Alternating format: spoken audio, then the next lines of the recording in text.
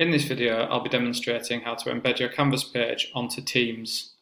So one of the big questions that we get asked is, should we be using Teams or should we be using Canvas? Now, the answer to that question is generally both. Teams is really good for live delivery and live chats, whereas Canvas is better for recorded resources and assessments and things like that. So if I just go into one of my teams, so I've got this one here, Support Center, and I'll get these generic tabs across the top as standard. So by general discussion, any files that I've put on there. What we can also do is we can add new tabs. So if I click add a tab, what that gives me the choice of is I could add things. If I'd made a PowerPoint, I could add that in so it's constantly there as a tab.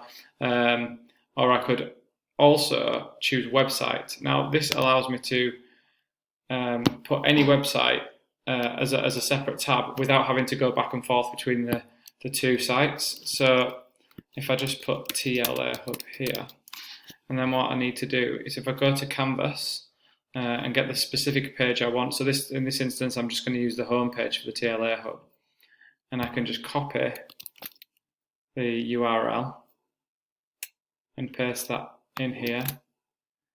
You've called it TLA Hub, you can call it whatever. And then just click Save.